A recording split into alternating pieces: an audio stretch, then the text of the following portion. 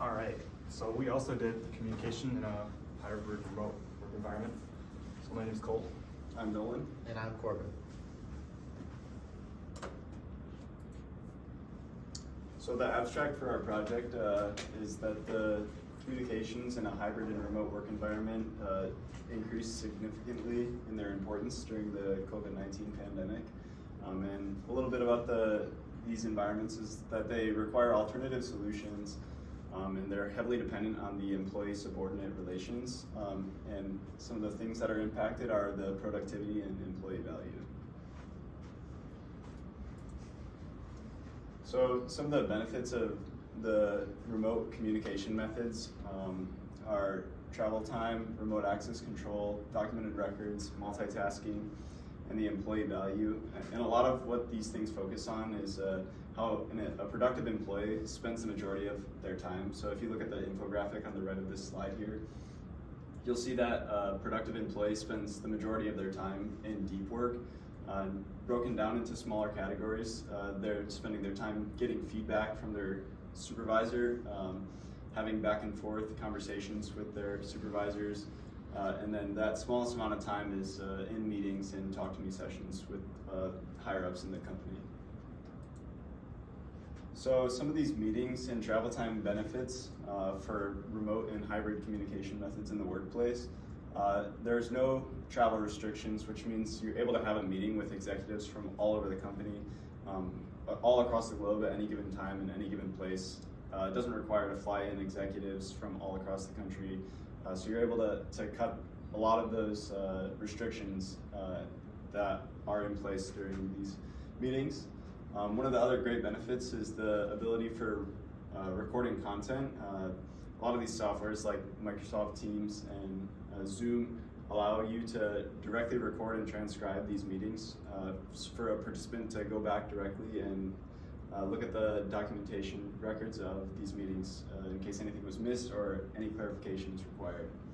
They also allow you to control the audience input by collecting surveys to gauge the audience interaction and how much they're invested in your presentation, as well as mute members who might show up and distract a presentation, as I'm sure many of us have experience with during our COVID experience as students.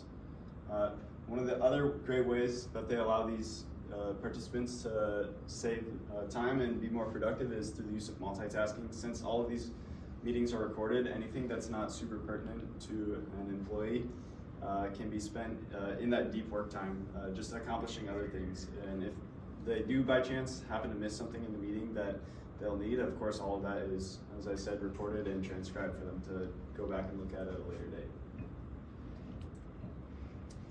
So as far as the back and forth feedback time, those are those one-on-one getting feedback directly from your supervisor, like you can see in the image on the right. One-on-one meetings. Some of the great features of this communication method is the remote access control. So take an engineer, for example, that maybe are using some engineering software and they have a question for their supervisor on how to accomplish something in this software. Well, one of the great tools of these softwares is the ability for them to just hand access directly over to their supervisor. So they can remotely control the operator's computer and show them directly how to accomplish the task that they might be stuck on. These communication methods are seamless and documented, so when they're getting feedback from their supervisor, everything's written and recorded in their messaging platforms, whether it's email, Slack, Discord, whatever the company might prefer to use for these messaging, so that the employee can look back and recall what the instructions of the supervisor were at any given time. This allows the employees to spend less time preparing materials required for these meetings and instead focus that time towards that deep work and become more productive for the company overall. Now we have some negatives to the hybrid work environment. As we kind of already talked about a little bit, distractions, it becomes so easy, especially when you have animals, as you can see in the graphic here, or children, or even just trying to the distraction of the washer, dryer going off, and it's so easy just to get up and go change it real quick and walk away. This can become even easier when you have like Bluetooth headphones, and even more so when you don't have to have your camera on. Just walking up and going away, nobody's ever gonna know. And then another thing is body language. So everybody talks with their hands, or I guess not everybody, but a lot of people do.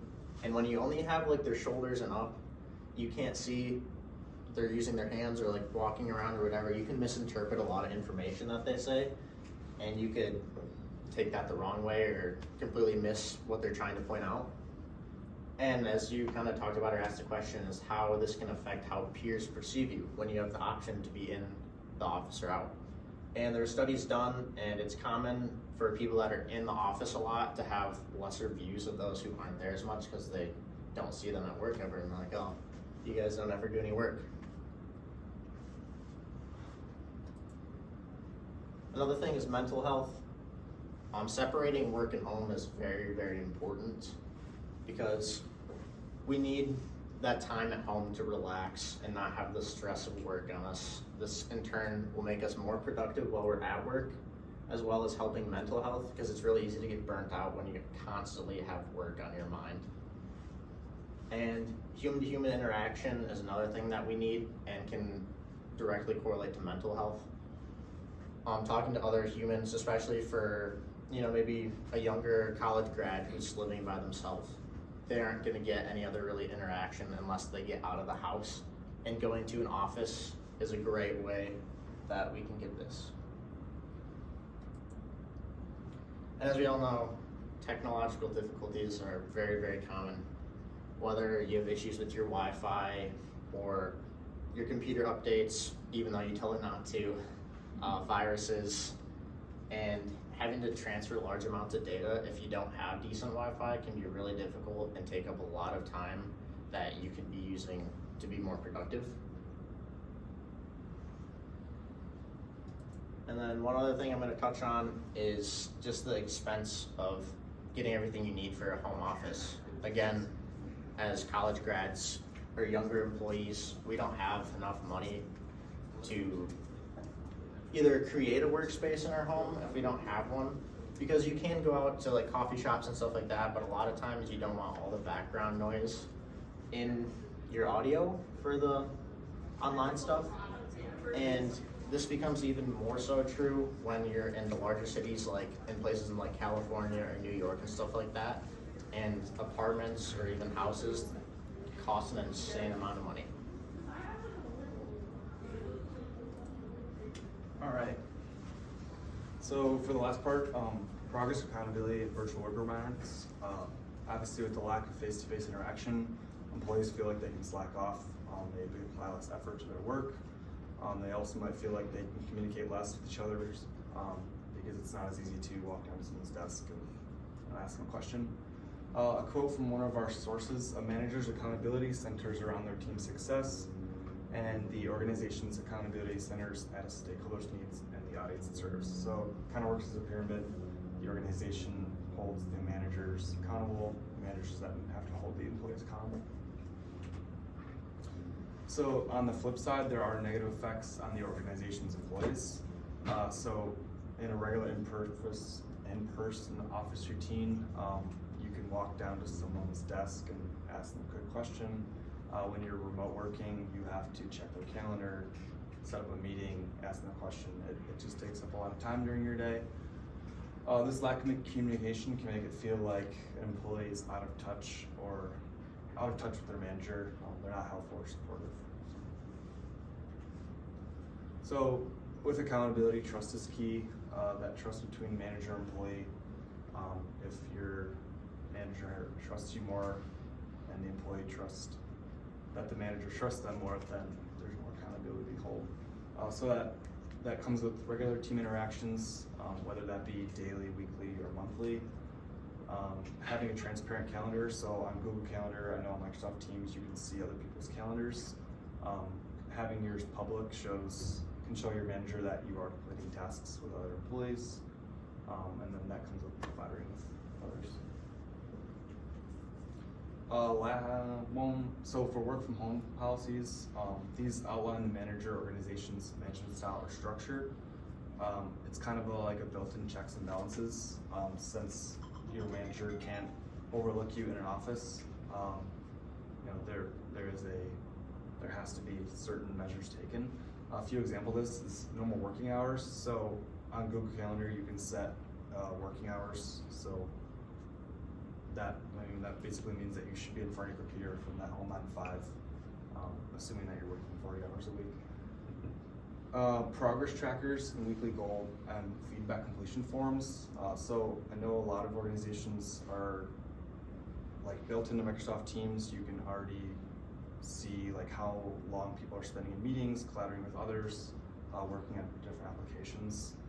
This is beneficial to an organization or a manager to see if an employee is actually working in front of their computer instead of just sitting there. And then goal feedback completion forms.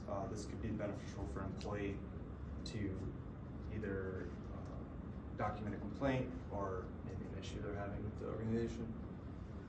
And then kind of as Corbin was saying, it's important to make sure that the employee is equipped with proper equipment or software to get their work done. And then lastly, some tips accountable remote employees follow. So it is all about initiative. When you're sitting in front of a computer, it's easy to get distracted.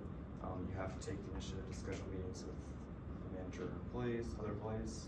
Those one-on-ones, it's just a way for you to express anything that's going on with your work with a manager. It's important to stay true with the organization's major goals and values. When you're working remotely, it may feel like the company isn't as real as it is because everything is through a little computer screen. And you have to remember that the company is real and they are adding value to the world. And then lastly, set goals for yourself and organization. So goals hold value, and when you complete the goals, it just helps you do better at work.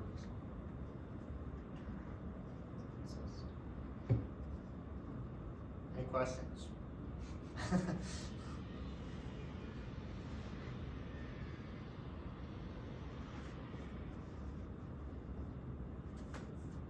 Said so much about that, but shocking. Like calendars. Yeah. Do you guys keep do you keep calendars updated? Yeah. Oh, yeah. Yeah. Google Calendar is very, very convenient at keeping track of your day-to-day.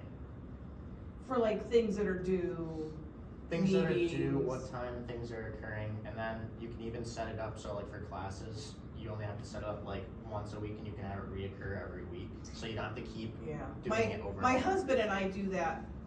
We share a Google Calendar. Yep. And we used to before we had daycare. He would be on campus, drive home, I would come in, then I would go, then he would go. So we had to know who was Yeah. where.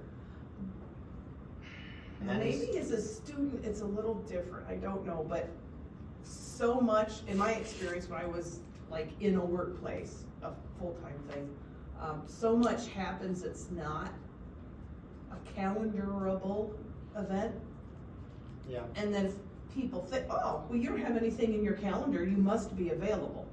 Well, no, that's the time I'm doing this. And there was once a job I had, it dealt with more customer service. It got to the point of, I dealt with someone and helped fix a problem, which that can take 2 minutes, or it could be 3 hours, depending on what you dig up. That after I did it, I would go back into my calendar and put it in the calendar as what I had done, because that particular boss was like, well, if there's nothing in your calendar, you're not working. It's like, okay, so dumbass person calls me and they go, oh, turn it on, turn it off, turn it back on. Okay, I gotta go in there and make a listing and a schedule in the calendar because it looks like I did something, right? Any of you guys use tech support? What is that, 71111 in the library, the computing support? I think a lot of it's for faculty and staff more so, but they do that. So you call them.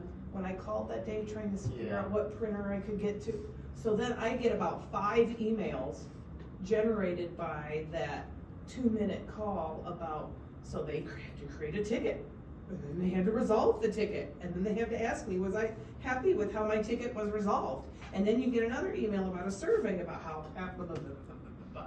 So I like calendars, but it'll be interesting as you guys I don't wanna say you're the first generation, but probably using calendars and things a lot more for your lives as it moves to the workplace, it's good. Yeah. But my husband complains all the time, he's like, I need a time where I can actually sit in my office and work. Not being bothered by students, not being bothered by staff, not having people wander in, where I can just sit, close, and lock my door, so people just don't walk in. So he's like, I have to schedule time on my own calendar so people leave me alone to actually work. Yeah. So it'll be kinda interesting to see how that works itself out as you begin your careers.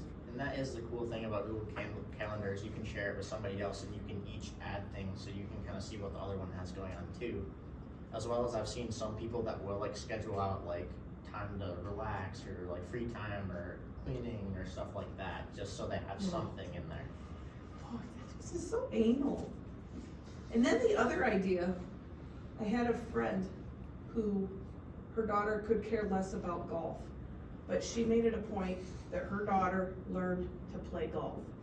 Because she said in her experiences, so much business happens, and it could be going to a bar after work, or the people in the office go to lunch together, or and with our various out of office things now, that one slide that you talked about, making your job seem real. Yeah, it's, yeah. You know, because you feel in some ways that you're not part of that community, right? Or even the, oh, yeah, we're just gonna quick run over to the library, get a coffee and come back. Business happens that way. I hate to say schmoozing with the boss, but schmoozing with the boss many times is the difference between you getting that next level promotion or, well, yeah, I always see him at his desk. You could be there playing a video game, but I always see him there. That's the difference, you know, I hate to say they don't care if you're actually working, you need to work. But so much happens outside of the work of your job that it's, I don't know, it'll just be kind of neat to see how that washes out in the future, because so much of the job that you do, you think you're hired to do a job, but so much of your job isn't that job. It's other stuff. Oh, it's simple. I just have to send over these diagram thingies today so they can machine a whatever widget. Oh, well, the reason you have to do that is because in 2 weeks later, you realize that you've wasted 2 weeks of your time trying to send these plans for the widget when it already existed, or it's somebody else already does it. Why am I doing this type of thing? I don't know. It'll be neat to see how that works out.